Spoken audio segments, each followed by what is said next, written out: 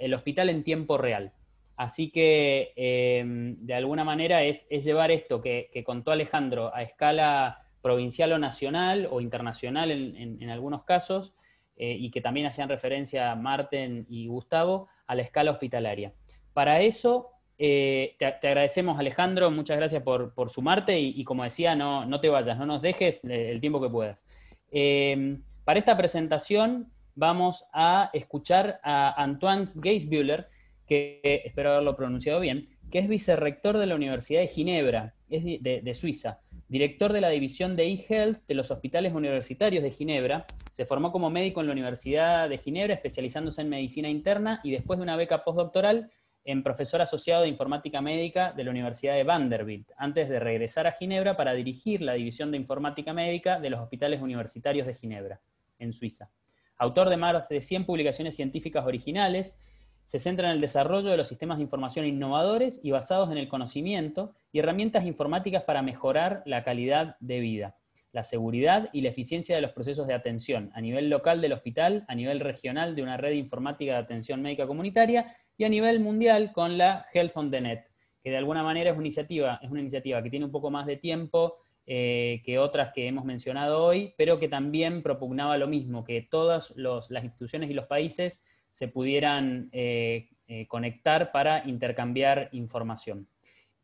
Como la presentación es en inglés, lo que hemos hecho en esta y otras presentaciones es pedirle a los oradores que graben un video y nosotros, con un poquito de antelación, le hemos podido poner subtítulos. Es el subtitulado automático de YouTube, entonces sepan disculpar si hay algún error de interpretación o de escritura. Y con esto vamos a poder entender un poco mejor lo que se plantea. Esto es para grabaciones, obviamente, no para las que son en vivo. Y quédense igualmente con nosotros porque apenas termine este video, que dura unos 15-20 minutitos, se conecta Antoine para responder preguntas en vivo. Hemos tenido que coordinar y gestionar porque es como casi el principio de la noche en Ginebra ahora, son 4 o 5 horas de diferencia, así que también les agradecemos que se puedan quedar para que él pueda responder personalmente las preguntas que surjan durante la presentación. Así que bueno, si podemos compartir pantalla con el video.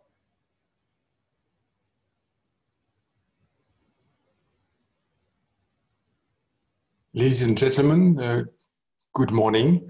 My name is Antoine Geisbühler, and I'm a professor of medicine in charge of medical informatics, e-health and telemedicine at Geneva University Hospitals. I first want to thank the organizers of the annual conference of Hospital Italiano for inviting me to share with you some of the thinking and process of developing what we call the real-time hospital. But before I do so, I want to just briefly introduce you to Geneva University Hospitals. Geneva University Hospitals is a set of hospitals. You have here the numbers, many hospitals, clinics and care facilities. It is actually the largest hospital in Switzerland with 12,000 collaborators, and has been the home to the development of hospital information systems and clinical information systems for the last 40 years. So we've been in the world of information for many, many years, and obviously have a lot of tools. But what I want to talk to you today is how we are evolving those tools to serve new needs for the hospital. All this has been accelerated by the COVID crisis, and as many hospitals around the world, we've faced a very significant crisis. For us, it was in the spring, and we are currently just at the beginning of the second wave, which looked at least as bad as the first one. But moving back 5 years, when we were looking 10 years ahead about the challenges facing our hospital, we identified 3 sets of challenges that really were fundamental in understanding how hospital would evolve. The first one was to recognize that care processes were changing and would be changing in an accelerated way.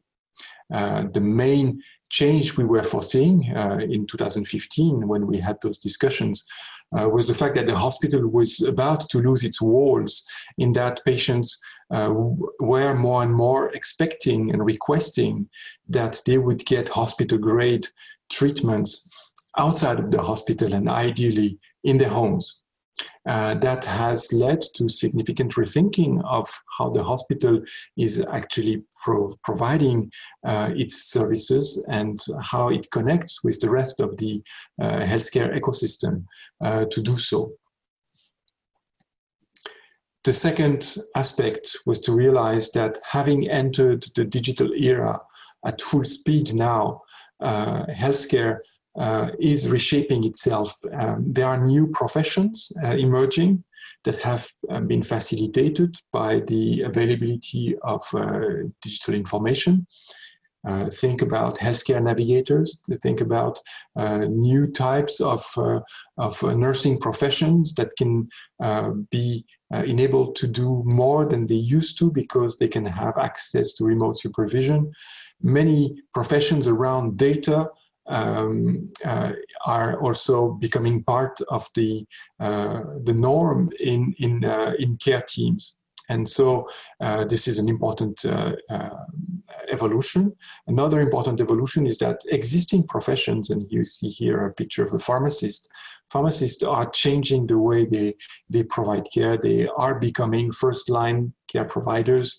They can also use digital tools to be much more connected with the other care professionals in the healthcare system.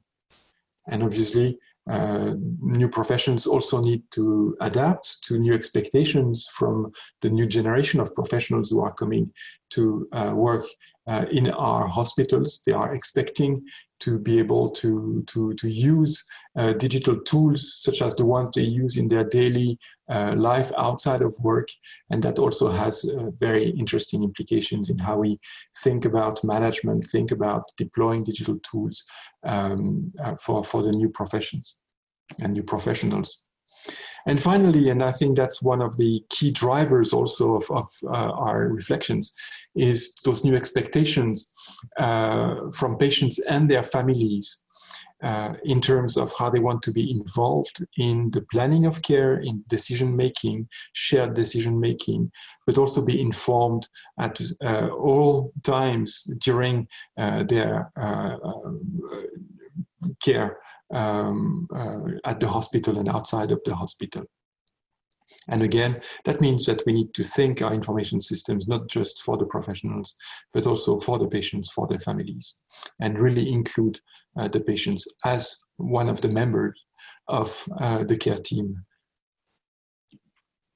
Now, if we look at the new strategic plan that we just issued recently, and that looks at the next 5 years, if you look at what we are aiming to do better over the next 5 years, and the strategic plan is called Vision 20+5, leading us into 2025. First is to continue the efforts that we've been deploying in reclaiming quality professional time so that professionals can spend more time providing services to their patients and probably less time doing things that are not in the top tier of their qualifications. And that has obviously strong implications because one of the stealer of time is the informatics tools that we are deploying, and that is grabbing a lot of time and attention from care professionals more than they are willing to spend. So that has interesting implications. The other one, and that's the one we're going to be discussing in more detail, is the fact that we need to improve and increase our reactivity so that we can adjust the processes, adjust how we do things, implement changes in response to identification of problems to improve the quality of care. We also want to improve the collaboration for integrated patient care.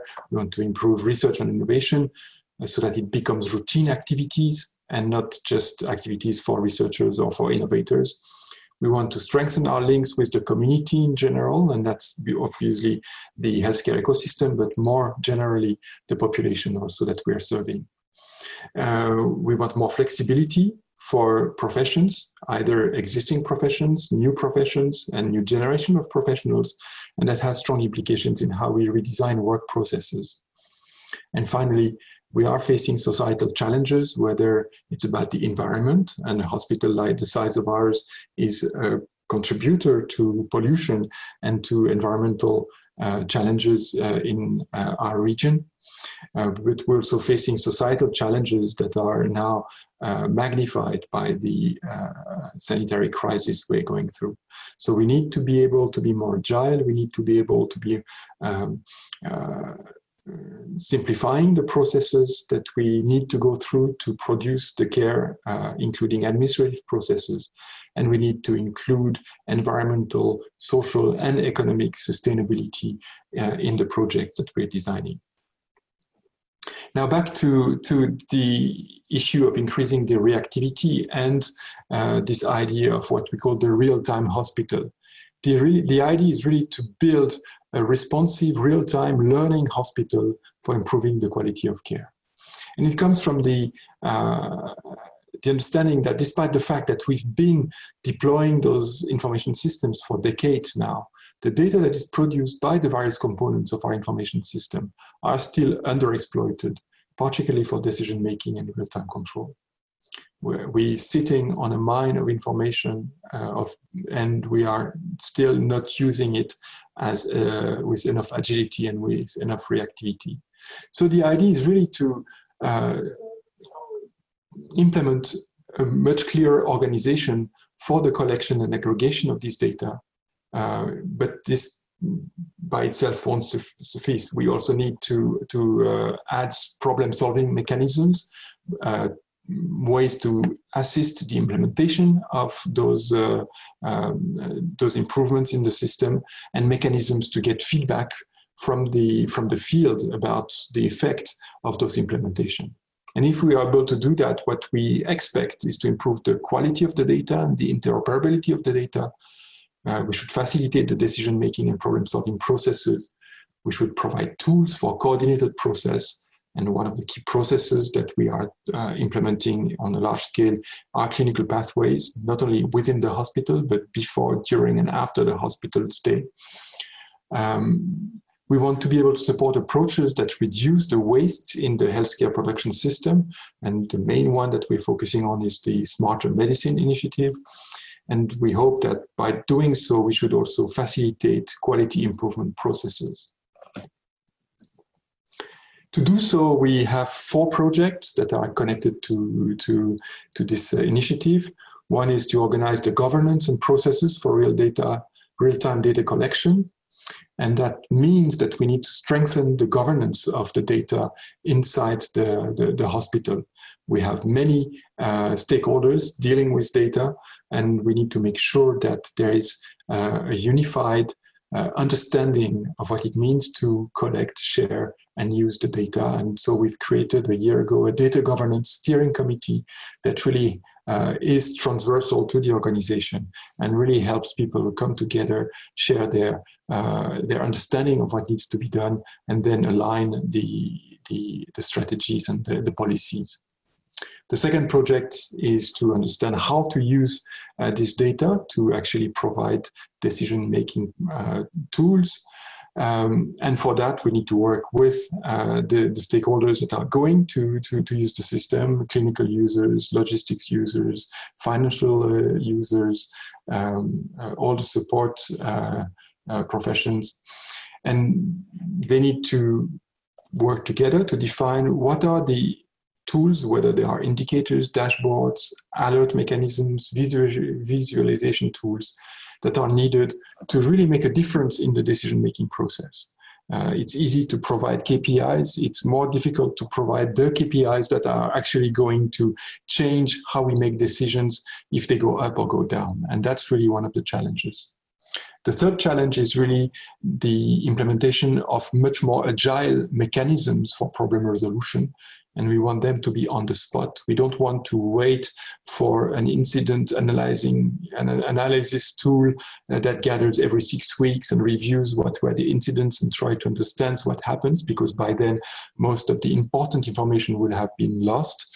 We want to be able to quickly mobilize ad hoc teams that are able to analyze problems and propose solutions. And we've seen that very well during the first wave of the corona crisis. We've been able to do that because we didn't have the option to do it differently. And now we want to secure this and to continue with those agile mechanisms. Obviously, implementation requires support, and that's something we're also implementing, and I'll get back to this a bit later.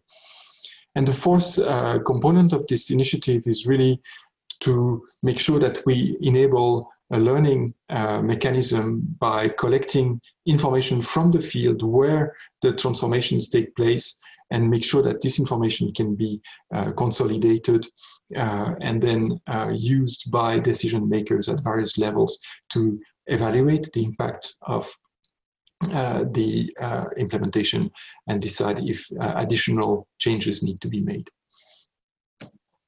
So if we summarize the conceptual view of this real-time hospital, RTH, on the left side, you see the different sources information, real-time data feeds that come from various sources, administrative sources, financial sources, but mostly clinical information system.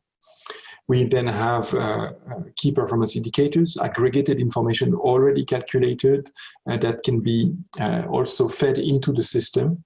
And then we have also connecting data coming from the infrastructure of the hospital, whether it's about the surveillance of buildings or the monitoring of the IT infrastructure. There are many sources of operational information that can be actually quite important to make decisions, especially in situation of crisis.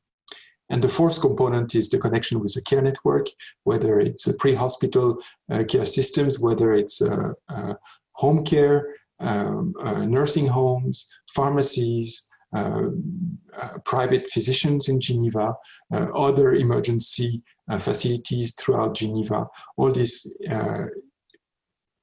can be connected, is in many situations already connected, and this has to feed the information that is used for real-time management of the hospital. Now, if you move to the right side of the screen, you see two loops. The bottom one is about problem-solving implementation in the real world. And so, as I mentioned, we are able to gather ad hoc teams for problem resolution. Usually, it's mostly teams that are already present on where the problems are detected, for instance, in care units, but sometimes it requires other experts, logistics or other support function to be involved in the problem solving. Once solutions are designed, they need to be implemented, and we rely on a team that we call the team of coaches for implementation or transformation of care processes. And what we expect is that the implementation is going to change the real-world data that we are collecting. And that's where we move to the upper loop. The real-world data that is modified by those improvements in the system should be generated in the real world, most of the time where the action takes place. But then it needs to be collected, aggregated, and then analyzed at the department level and, when appropriate, at the leadership level to make decisions. And those are the two virtuous circles that we're trying to establish in this real-time hospital. They're based on our experience in actually doing similar things within the clinical information system. And you see here a different way of showing it, but it's pretty much the same. We have data that is produced that we need to be able to aggregate into understandable information.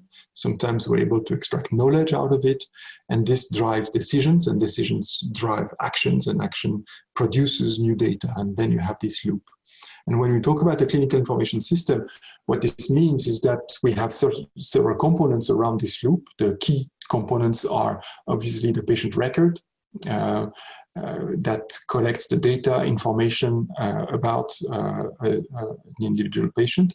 And then on the other side, we have the tools for decisions, and that's care provider order entry systems and decision support systems. The third component is translating decisions into actions and actions into data, and that's really the care planning and documentation systems.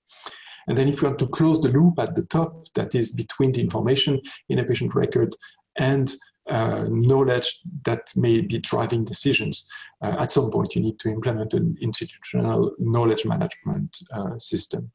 Once you have this, you have your full loop, but you can add new tools that are getting you closer to real time. One is the scheduling tool, scheduling the actions and making sure they actually happen, and sometimes even optimizing how they happen so that it becomes more efficient. But also, and that's a key component in our current project, the alerts and notification system, so that systems get notified whenever anything changes in the system or changes in such a way that needs to be notified. And then you can also add advanced, more reactive analytics tools for knowledge discovery, for data mining, for advanced analytics, even tools using artificial intelligence for doing so. If you look at the architecture of the system, this is an old slide. This is when we actually started designing our component-based clinical information systems architecture that has now expanded to also include our administrative information system. You can see it's made of components with a set of layers, the basic layer, including the key components, the foundation components, if you want. And then business components, and then views that can be aggregated into processes. I don't want to get into the details of this slide. I just want to show you at the bottom right a component about notification. This is something we've designed more than 15 years ago. And we realized that in order to make the system as reactive as possible, we would need to be able to detect whenever an event was happening in the information system, hopefully translating from an event happening in the real world of the hospital, and that this event could be notified in real time to applications that would need it to provide the services. So typical examples of systems based on notifications. On the left side of the screen, you see a typical interactive dashboard, or we call it the blackboard for the emergency room, showing the status of patients and where they are, how much they've waited, they had to wait, where they are in terms of diagnosis, isolation, waiting for radiology, and so on. So giving you a unified view. So that was designed more than 15 years ago. It's now deployed not only in the emergency services, but in all care units, and that has proven very useful as a mechanism to deal with the COVID patients. So you have different flags that can explain to you where things are with each of the patients and what their isolation status is, where they are in terms of diagnosis, and so on. At the top right, you see specific dashboards that we are producing now for decision makers, but also for orienting patients in the hospital, knowing that we have more and more scarce resources, and we need to optimize where patients are put, sometimes have to be cohorted in COVID units, and so on. And at the bottom right, you see an application that's been developed for the last 5 years to really include patients into the information system. So basically they see in real time their planning for the day, their planning for the week, who's in the team taking care of them. They can add information about satisfaction. They can prepare questions they want to be discussing during the clinical rounds. They can actually also choose their meals. They can really participate at various levels of their hospitalization. And this application is Concerto. We expect the patient to be the solist and the solo player, and the whole team around is the orchestra. Another example is how we deal with care pathways. And again, this should be informed in real time.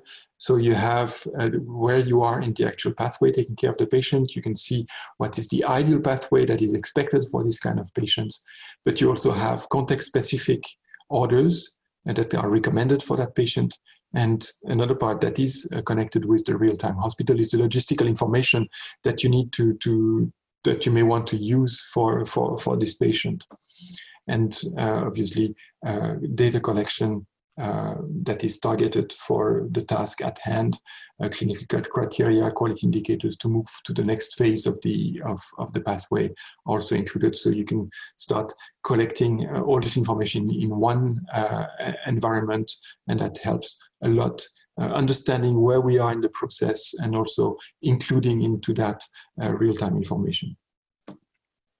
Now, it's not just about building information systems, it's also about implementation. And as I mentioned, we have three platforms that have been built over the last 5 years that are really useful and used in this real-time hospital. The first one is the Innovation Center. The Innovation Center is technically a greenhouse for innovative ideas. The idea is that if you get an innovation concept, something that you would like to try, there is a place you can come and you will find methodological and technical support to try your idea, to challenge your idea, to fund experimenting with your idea. And if it grows well enough into a small plant, then it can be not only challenged, it can be tested, it can be turned into a project, and this project can eventually be financed and deployed in the hospital. For doing this, we have various tools and methods, training, meetings, hackathons. We have a tech transfer office. And the whole idea is that every of the 12,000 brains in our organization should be able to make a difference. Innovation is not something that is only for professionals of the innovation or researchers. The second platform, which is very much used, including in this in the project I'm describing, is what we call the patient partnership platform. Over the last years, we've built this team, I would say, of 500 plus patients and informal carers who are willing to be invited to participate in projects, whether these are strategic or implementation projects.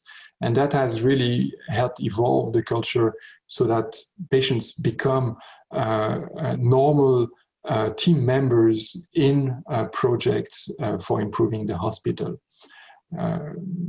So they are obviously involved in helping us understand how those real-time services can really improve the experience of patients and not just the function of the hospital. And finally, I mentioned previously, we have this team of coaches that are here to support transformation of care processes. They are mostly care professionals, mostly nurses and other carers who have developed competencies in the domain of lean management, visual management, continuous quality improvement processes. And they are really here to help translating improvements into something that actually works on the field, and then make sure that the right data is generated so that it can then feed those virtual circles I've shown before. So this is sort of an overall presentation of what we're trying to achieve with this real-time hospital, and I look forward for the discussion about this. Thank you very much. Thank you, Antoine, and hello, Antoine. Hello, buenos días. Thank you very much for your presentation. We are very grateful that you took some time apart to record your presentation in advance. That gave us the opportunity to add closed captions, so everybody here, even if they are not English speakers, they understood your presentation. But I'm sure there must be some questions anyway. and I will translate them and give them to you, and you can explain them in English, and I hope that they will understand this time. Okay. One of the issues that arise was about the quality of the information. When you are taking decisions based on real-time information, sometimes the information is not up to date, or maybe is not has not the same level of quality than the information that has been already processed or at least reviewed. How do you manage this issue? Well, this is a very important question because, as we say, garbage in, garbage out. If the quality of information is not good, then whatever process follows is likely to be a problem. The other thing that we know is that when you use information, when you show the information, when the information is actually used for making decisions, then it becomes very important to improve the quality. And there is a virtual circle that takes place, that when you show the information, then people will try to correct it. And you have to make those processes possible. For many years, we were waiting until the quality of the data would be good enough before we would use it. For instance, for showing to patients. That was a big worry. You know, what if we show to patients how dirty our data is? But the fact of showing it actually helps us improve the data. So I agree, it's very important that you shouldn't be making decisions based on inaccurate data, but by making it available, making it used, you actually improve the quality of the data. And that's one of the ambitions of this real-time hospital, is not just to increase the quality, but increase the timeliness of the data.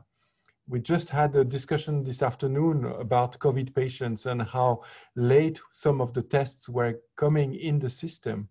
And the fact that the system is now used for making decisions as soon as possible forces all the suppliers of data to increase their level of service.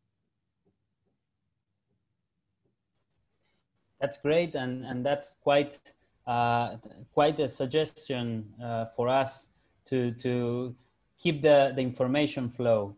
As you said, not waiting until the information is perfect, that it won't be perfect anyway, but to allow other people to look at it. And I think it might help even to find some mistakes, isn't it? Definitely, and there, you know, data. The world is noisy. There is a lot of noise in the data, but it's,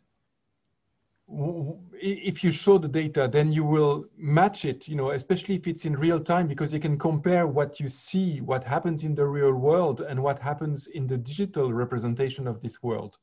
And so if there is a mismatch, it's unlikely that the mismatch will be on the side of the real world, maybe sometimes, but and it will force you to fix it. The implication for us is that we need to have mechanisms for fixing the data, and avoiding that, you know, the data is then commented in free text, or that there are ways around the data. So it's very important when you design those loops, that they actually are loops that enable the correction of the data. And so, yeah. Showing the data shows the errors, shows the delays, shows the responsibility of who's in charge of making sure the data is good. But, you know, if you put enough light on it, then it will, as we say, photo degrade. You know, it will be degraded by the light that you put on the visibility of the data. That's right. And what about patients? Are they allowed to edit information or suggest any change if they find something different, or they want to add information from themselves?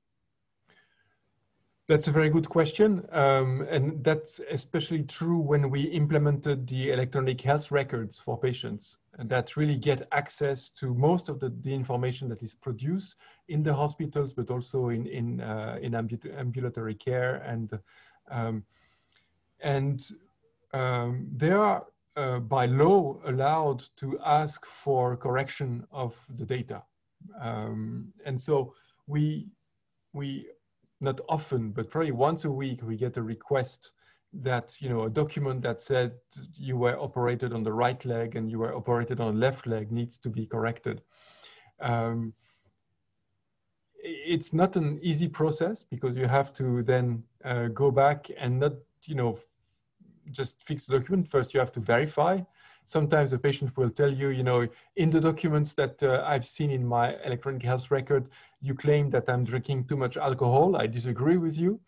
What do? You know, what does correct mean? You know, and so it's really a matter of sending back the patient to the professional who actually issued the information and make sure that either it's corrected or it's confirmed, and therefore it requires a bit more communication between the care professional and the patient. But yes, patients have the right to do so. Considering the amount of information, you know, we're producing millions of documents every week, there is a very little volume of corrections that is requested. Amazing. Yes, I was thinking about what you have just said about patients asking to remove something that it's not that it's not correct, but they don't agree or they don't like. So is it somehow different the way medical doctors and health professionals in general write down their notes now that the patients can see them than before? Yes, I think we've seen two evolutions. One about 15 years ago when we implemented a hospital-wide clinical information system. And at that time, it was other doctors seeing what doctors were writing. And that already changed things quite significantly. And then it was other care professionals like nurses and physical therapists and pharmacists looking at the documents. And again, that changed, you know, the how professional things were written in the medical charts. And then when patients got access to it, I think most of it was already, the transition was mostly made. What we see now is that care professionals will tend to write things using a bit less abbreviations or less jargon so that it's more easy to understand. But you know, even if it's difficult to understand, patients who really want to understand, they will go on Wikipedia, they will go on the resources online to find out. But you're right, the fact that more people and different people can see the information changes the way it's actually written. For instance, we had a total we don't have any more personal notes in the electronic medical record or the electronic health record. It's assumed now that what you write has to be written in such a way that you can actually explain it and defend it, and it's not some kind of a very subjective opinion. Our assessment is that it hasn't decreased the efficacy and the quality of the information in the system. Some people tend to believe it actually has increased it. It has also changed the process in that many care professionals will now write the information online in the presence of the patient, with the patient able to look at what is put in the system. And that actually helps make sure that we are on the same wavelength, and that if something was not clearly understood, it can be corrected while it's put in the system. So we are moving really more and more towards patients being part of the care team, not just patient-centered. They are part of the care team, and what they say and what they do, and they are part of the system. And you know, the small tablet I showed before, they can actually enter information that will end up in their medical record, and they value this very much. Well, that's great. Here at the Hospital Italiano, we have implemented something similar to this, and especially during this pandemic time with COVID-19, when the patients couldn't have company within the hospital, their relatives couldn't get in the hospital to be with them. So with this personal health record, they could share a special code for their relatives to see their own medical evolutions and to see some clinical notes. We are not so forward in terms of looking at everything, but maybe you can see the lab results of if there's something pending, so that the patient can know that they are going to perform an X-ray or a lab test, so that they can prepare themselves to those issues. And it has worked pretty well for inpatients and for the relatives, no matter where they are at the same time. Yeah, that's really good. And we see a trend even before the COVID of families and informal carers wanting to be much more involved in the team, in the decision-making process, in interacting with the care professionals around the patient. I mean, that's always been the case in pediatrics with the parents, but more and more now you see it as the norm, even for adult patients. And one of the things we had to do for COVID was to add a function in this tablet so that elder patients could actually do video calls with their families because they were isolated. And we had to, and quite a few of them were old enough that they were not used to, FaceTime or WhatsApp or those kind of things. And so we had to deploy not only the tablets, but also actually medical students were helping to, get dressed in the COVID-proof way and to work with those patients so that they could have contact with their families. Otherwise, at that time, I think it's changing now, they couldn't visit in the hospital. Now visits are allowed again, but in strict ways. So yeah, technology can really help the experience of patients and their families. Yes, and I think it's very important to have it as a complement, not to avoid the patient professional communication, but to enhance it. Mm-hmm. And that it's quite a good example of a real-time hospital working to have better health and to give better health services to our patients. That's correct. Antoine, we are really grateful of your time and for your commitment. You are most welcome to remain with us. Anyway, the next presentation, even though he's an international keynote from Harvard University, he's also a Spanish speaker, so he will make the presentation in Spanish. But anyway, thank you very much. And I hope we will fly again and travel abroad, and you will be able to come to Argentina for the next or any other time. Well, thank you so much, and say hello to the whole team. I mean, I was fortunate to visit Hospital Italiano a few years ago, and I'm amazed by the great work you're doing in the field of medical informatics. You're really inspiring a continent, I would say, by the advanced work you're doing. And so say hello to the whole team, Paola, Daniel, and all the others. And well, thank you for giving me this opportunity, and all the best for your meetings. Thank you very much. And stay safe. The same for you. And I forgot to send their greetings to you. As we have 10 rooms in parallel, it has been quite difficult to see all of them, but hopefully we will see the presentation recordings afterwards. And maybe we can make a phone call with you just to say thank you. Okay. All the best. Thank you very much. Bye-bye. Thank you. Bye-bye.